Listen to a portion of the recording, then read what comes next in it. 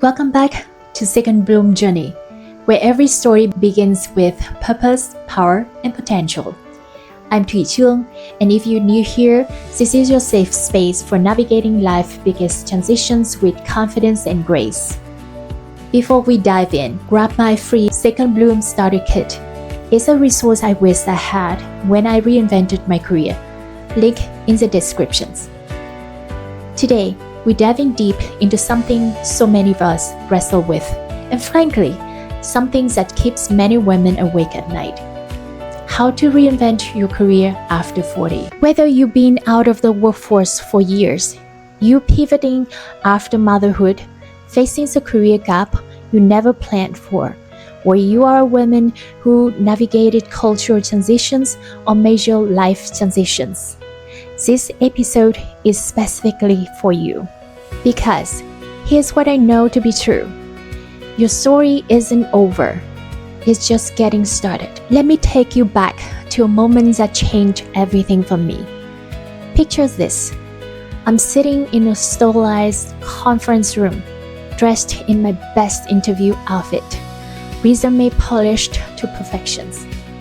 I've just completed not once, but 2 MBAs. I run my own successful real estate business. I thought I'm ready to jump back into corporate leadership roles. But reality hit me like a brick wall. The hiring manager looked at my resume, and I will never forget this moment. They tilted his head and said, "You have dual MBAs. You're clearly overqualified for this role. Are you even going to stay here for 2 years?" That comment didn't just sting.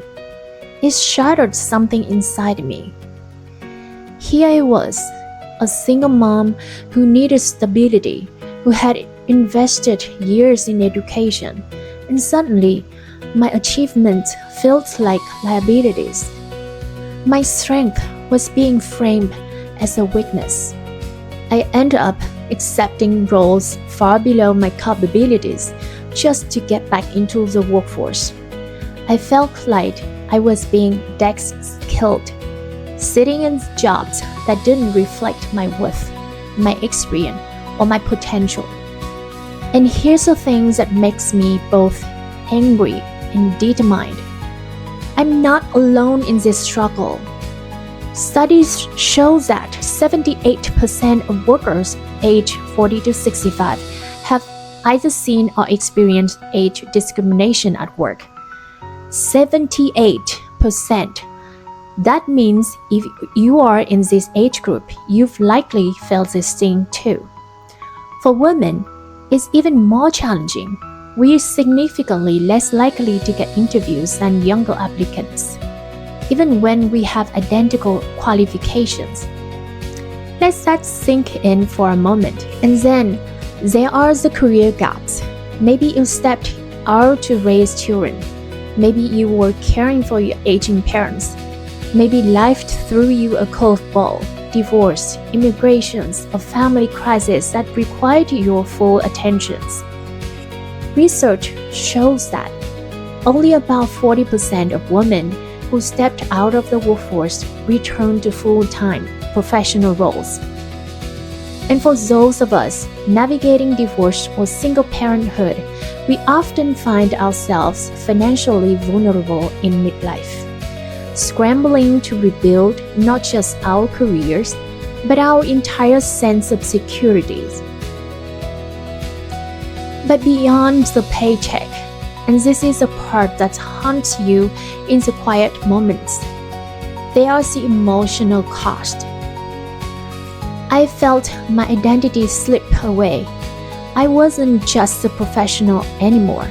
I became the mom who left the workforce. The woman with the gap. Those labels, they stick to you like the shadows if you let them.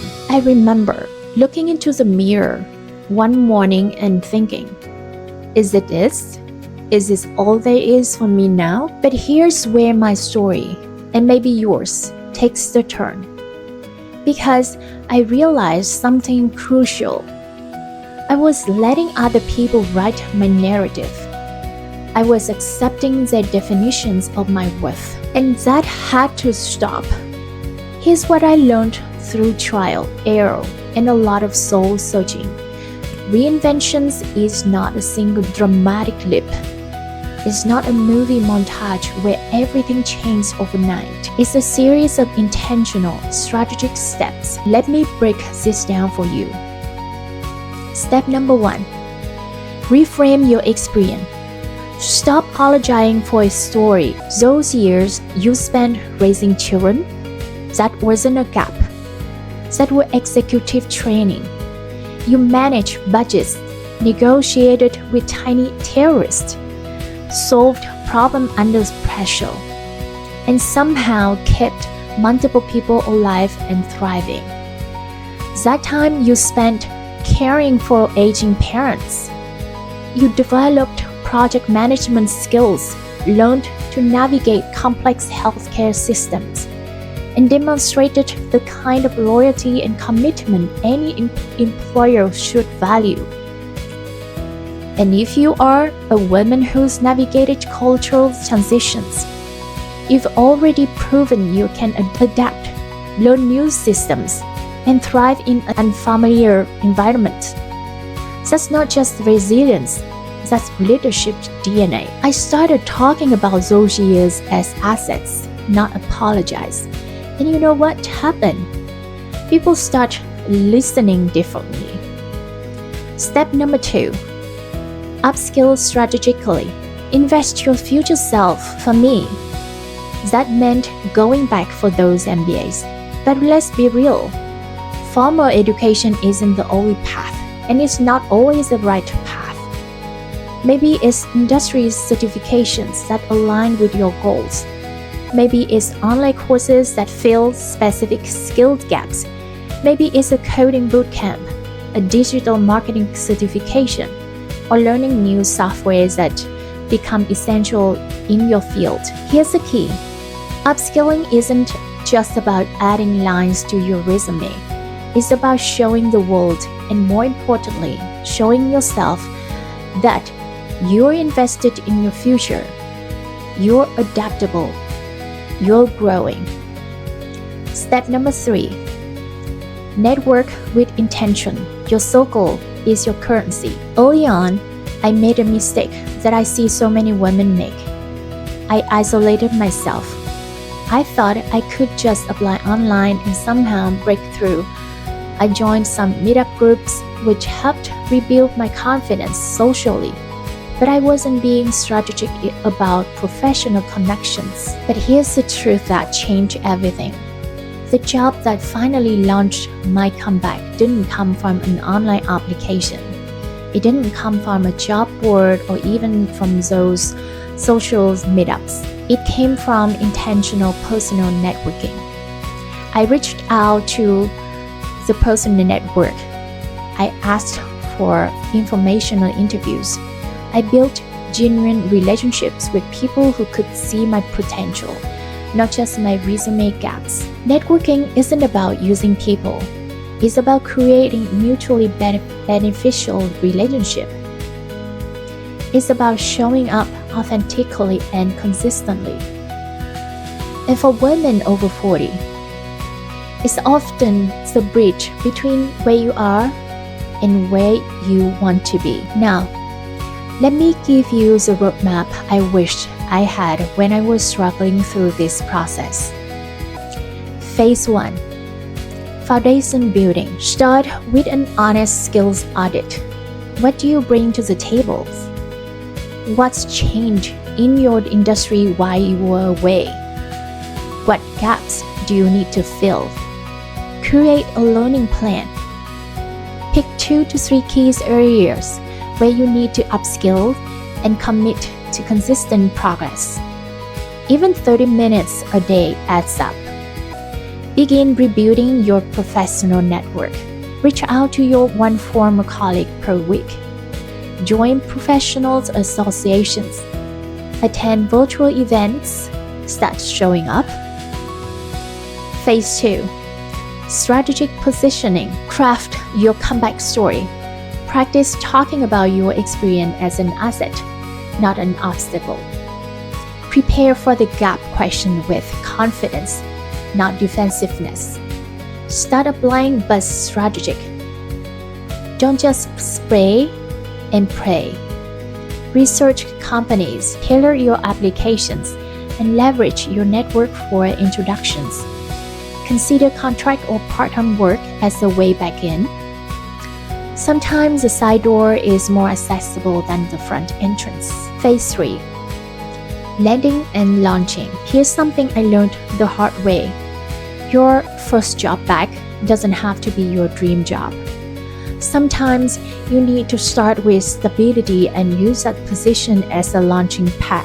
I took roles that wasn't glamorous. I swallowed my pride and accepted positions below where I thought I should be. But I didn't stop planning my next step. I used those jobs to rebuild my confidence, update my skills, and prove my worth. The mindset piece, this is crucial throughout the entire process. You have to actively fight the narrative that you are too old, too late, or behind. Those are lies that society tells us to keep us small. Your 40s, 50s, and beyond aren't the twilight of your career. They are the chapters where your values are clearer, your skills are sharper, and your story is richer than ever before. Let me address some specific challenges that I know many of you are facing.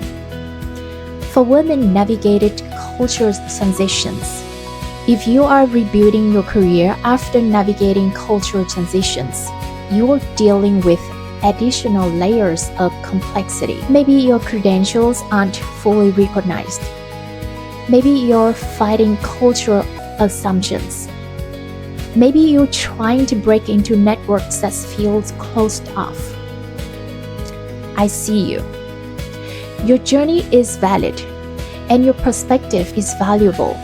Don't let anyone convince you otherwise. For women navigating major life transitions, if you're rebuilding your career in the aftermath of major life transitions, whether that's divorce, loss, or other significant changes, you're not just dealing with professional challenges.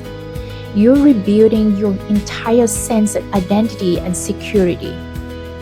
So urgency feels the difference when everything depends on getting this right. Take the pressure off yourself to figure it all out immediately. Focus on the next right step, not the perfect plan. For mothers returning to work, the guilt is real. The logistics are overwhelming. Childcare is expensive, and you're wondering if it's even worth it financially. But remember, you're not just working for today's paycheck. You're investing in your future financial security and showing your children what it looks like to pursue your dreams at any age. Dealing with ageism. Let's call it what it is. Age discrimination is real, and pretending it doesn't exist won't make it go away. But you can combat it. Keep your resume current with modern formatting. Update your LinkedIn with a professional photo. Learn the technologies that stand out in your industry. Show energies and enthusiasm in interviews. And most importantly, don't internalize their bias. Their inability to see your value is as loss, not your failure. I want to leave you with this powerful truth. Your career at 40 plus isn't a consolation prize. It's not a lesser version of what it could have been if you stayed on some mythical traditional path. Your career is being rewritten with wisdom, experience, and qualities that you simply didn't have in your 20s or 30s. You know what matters to you now. You know what you won't tolerate. You survived challenges that would have derailed your younger self. I've been undervalued, overlooked, and labeled as overqualified. And yet, Every single chapter of my story has contributed to my purpose, power, and potential. If you're listening right now and feeling stuck, scared, or overwhelmed, I need you to hear this. Your experience is not a liability, it's your superpower. And you are now starting over. You're starting stronger. The world needs your wisdom, your perspective, and your leadership. Don't you dare let anyone convince you otherwise. If this message resonated with your heart, please subscribe to Second Bloom Journey. This is our safe space for women navigating life's biggest transitions and stepping into leadership with confidence. I want to hear from you. Drop a comment and tell me what's one specific step you're ready to take toward your career reinvention this week. Maybe it's updating your LinkedIn profile. Maybe it's reaching out to one person in your network. Maybe it's signing up for that course you've been considering. Let's support each other in this journey. Your story matters. Your dreams matter. And your second bloom is waiting for you to claim it. Remember, you're not too late. You're not too old. You're not too anything except too amazing to settle for less than you deserve. Your story isn't over. You're just getting started. Ready to start your own second bloom? Get your free starter kit at the descriptions. It's packed with tools to help you rediscover your purpose, power, and potential. See you next time.